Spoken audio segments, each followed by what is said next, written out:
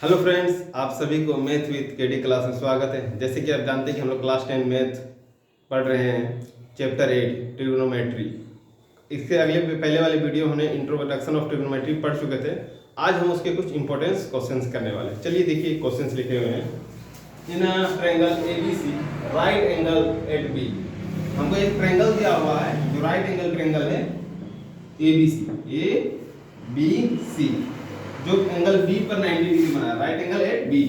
बोला A B is 24 centimeter, A B हमको दे दिया 24 centimeter, B C equal to 7 centimeter, 7 centimeter B C दे दिया है। अब हमको डिटरमाइन निकालना है साइन ए कोस ए। तो हमको पता है कि साइन ए का फॉर्मूला क्या था, पी अपॉन एच, और कोस का क्या होता है, बी अपॉन एच। मतलब दोनों कंडीशन में एच चाहिए। एच किसको बोलते हैं, हाइपोटेनस। और हाइपोटेनस कौन सा साइड होगा, जो 90 का अपोजिट आएगा। अगर ये 90 डिग्री है तो इसका अपोजिट साइड कौन सा होगा, एसी।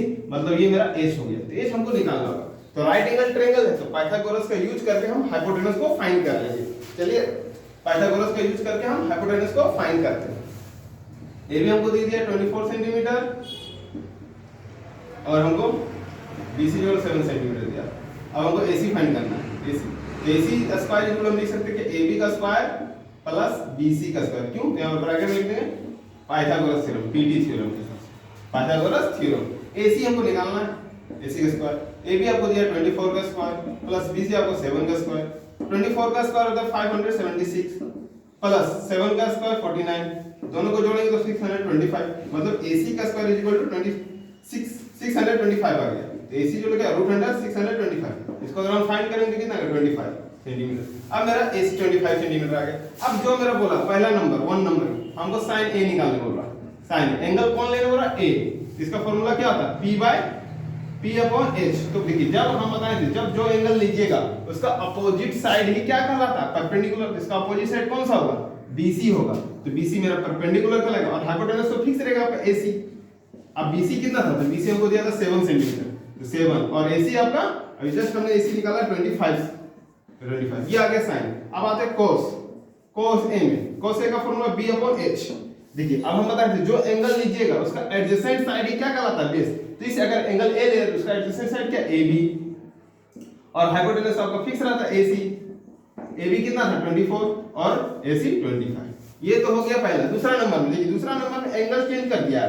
पहले एंगल ए पर बात कर रहा था, अब एंगल सी पर, एंगल साइन सी। फार्मूला तो वही रहेगा, पी अपॉन एच, मगर अब परपेंडिकुलर चेंज हो जाएगा।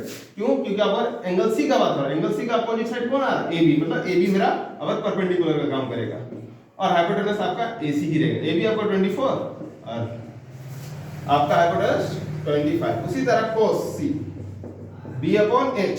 तो बेस का काम कौन करेगा, एंगल सी पर बात करें तो उसका एडजेसेंट साइड क्या है, बीसी है। तो बीसी अपॉन एसी। बीसी मेरा 7 था और एसी हाइपोटेनस 25 था। ये आपका आंसर आ गया। बहुत इजी। अगर आप एंगल पर डिपेंड कर, आप जान रहे हैं कि किसके हिसाब से कौन सा हाइपोटेनस होगा, कौन सा एंगल के हिसाब से कौन सा हाइपोटेनस होगा, कौन बेस होगा, तो आप आसानी से फाइंड कर सकते हैं। क्योंकि आपको पता है कि जो एंगल के बारे में अगर हम जिक्र कर रहे हैं, बात करें जो एक्यूट एंगल का, उसका एडजेसेंट साइड को बेस बोलते हैं और उसके अपोजिट साइड को आप परपेंडिकुलर बोलेगा और 90 का अपोजिट साइड को आप क्या बोलेगा, हाइपोटेनस बोलेगा। ये सब अगर आप आ रहा है तो आसानी से सारा क्वेश्चन आप सॉल्व कर सकते हैं। चलिए नेक्स्ट क्वेश्चन की ओर बढ़ते हैं।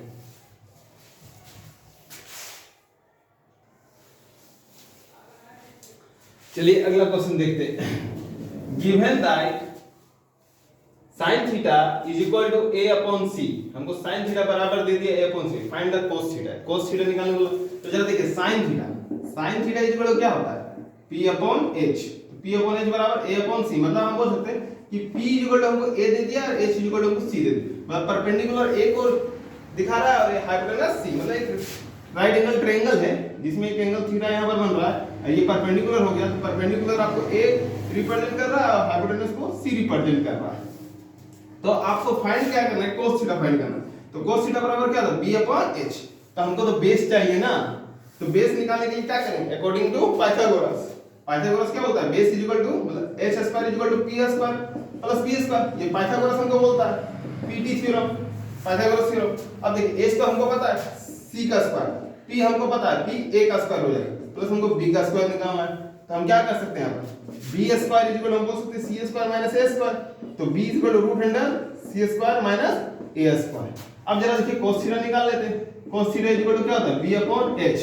b मेरा निकल गया root under c square minus a square और h क्या था मेरा h को h मेरा c ही था, h मेरा c था। ये आपका आंसर आ गया, सिंपल था। अगर देखिए यहाँ पर कुछ पीछे नहीं कर सकता, यहाँ पर lm भी दे सकता है, कोई भी डाटा दे सकता है, बस बनाना इसी तरीके से। अगर आपको इस तरह समझ में आ रहा है तो बहुत ही अच्छी बात है। चलिए अगर नहीं समझ आ रहा तो वीडियो को फिर से पीछे करके देख सकते हैं। चलिए नेक्स्ट क्वेश्चन की ओर बढ़ते हैं।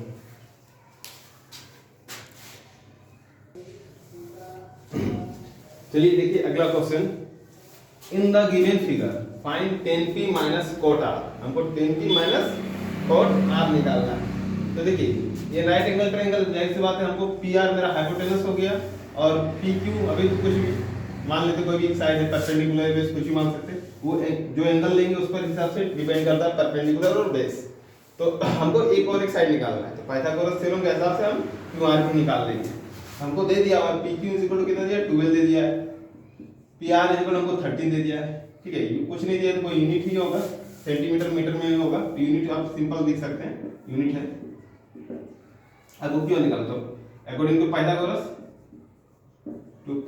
पीटी थ्योरम हम बोल सकते हैं कि हाइपोटेनस का स्क्वायर मतलब P R square is equal to P Q का स्क्वायर प्लस क्यू आर।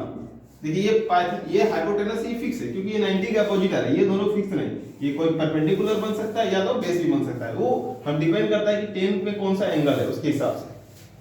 अब देखिए पी आर हमको दिया हुआ 13 का स्क्वायर, पी क्यू हमको दिया 12 का स्क्वायर प्लस क्यू आर हमको निकालना है, क्यू आर का स्क्वायर। तो 13 का स्क्वायर 169 होता है, 12 का स्क्वायर इधर आ गया minus 144 equal to Q R का स्क्वायर। हम बोल सकते हैं क्यू आर का स्क्वायर इक्वल टू 25, माइनस करेंगे तो 25 बचेगा, Q R equal to root under 25 मतलब 5 यूनिट। अब हमको 10p निकालना है, 10p minus cot r, 10p minus cot r हमको फाइंड करना है। तो देखिए 10p का फॉर्मूला क्या होगा p upon b minus cot r का फॉर्मूला क्या होगा b अपॉन p। मतलब देखिए यहाँ पर p एंगल c पर बात कर रहा है, तो परपेंडिकुलर क्या होगा अपोजिट साइड मतलब क्यू आर होगा, और बेस क्या होगा उसका adjacent side pq minus cot r। अब cot r का बात कर रहा है, चलो b अपॉन इसका बेस क्या होगा, इसका बेस होगा क्यू आर, इसका बेस होगा क्यू आर। और अब जरा देखिए परपेंडिकुलर pq, जरा गौर करिए दोनों को सेम मिल गया, हमको डाटा का जरूरत भी नहीं था, ये डाटा का जरूरत भी नहीं पड़ा क्योंकि दोनों सेम आ गया। तो ये माइनस में ये प्लस में कैंसिल हो गया, जीरो बच जाएगा, क्या आ जाएगा जीरो आ गया। आई थिंक आपको ये समझ में आ गया होगा। चलिए नेक्स्ट क्वेश्चन की ओर बढ़ते हैं। हमको डाटा का भी जरूरत नहीं पड़ा क्योंकि प्लस में था, ये माइनस में था, पूरा कैंसिल हो गया। चलिए नेक्स्ट क्वेश्चन की ओर बढ़ते हैं।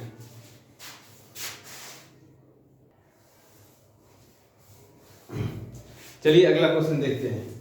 If sin a is equal to 3/4 calculate cos a और tan a। हमको sin a दे दिया है, तो sin a is equal to हमको दे दिया है p अपॉन h मतलब 3/4, मतलब हम बोल सकते हैं p is equal to 3 ratio में है तो 3x लिख लेते हैं, h इक्वल टू 4x। अब हमको कैलकुलेट cos a और tan a करना है, तो cos a tan a के लिए हमको जाहिर सी बात है b बेस चाहिए, तो बेस निकालने के लिए हम लिख सकते हैं पाइथागोरस का यूज कर सकते हैं, h square equal to p square plus b square by Pythagoras theorem PT theorem. PT short form में बोल सकते हैं। h स्क्वायर आपको दे दिया है मान लीजिए 4 का स्क्वायर, p आपको दे दिया 3 का स्क्वायर प्लस b निकालना है। अब क्या लिखिएगा 16 का square minus 9x square is equal to b square. तो b स्क्वायर इक्वल टू आपका हो जाएगा 7x स्क्वायर। तो आप बोल सकते हैं b equal to root under 7x square, तो b इक्वल टू आप बोल सकते हैं रूट अंडर 7x, ठीक है।